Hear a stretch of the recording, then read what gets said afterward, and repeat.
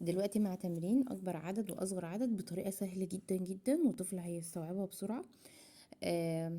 سنه تالتة ابتدائي. معانا هنا ارقام وعايزين منها اكبر عدد في الاول. فاول حاجه خالص هاجي لخانه الالوف واشوف اكبر عدد موجود احطه في الالوف. تمام. وبعدين انا عندي هنا اكبر عدد فاضل واحطه في المئات. اكبر عدد موجود احطه في العشرات.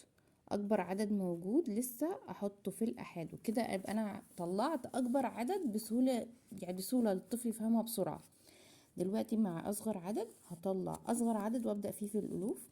اصغر عدد في المئات. اصغر عدد موجود لسه باقي في العشرات، واصغر عدد لسه موجود باقي في الاحاد. وبكده هيقدر يطلع اكبر عدد واصغر عدد بطريقه سهله جدا، من غير ما يقعد يجرب في الارقام وبعدين ابني مش فاهم يا مس ومش عارف يا مس والارقام كبيره عليه. لا، كده بطريقه سهله جدا.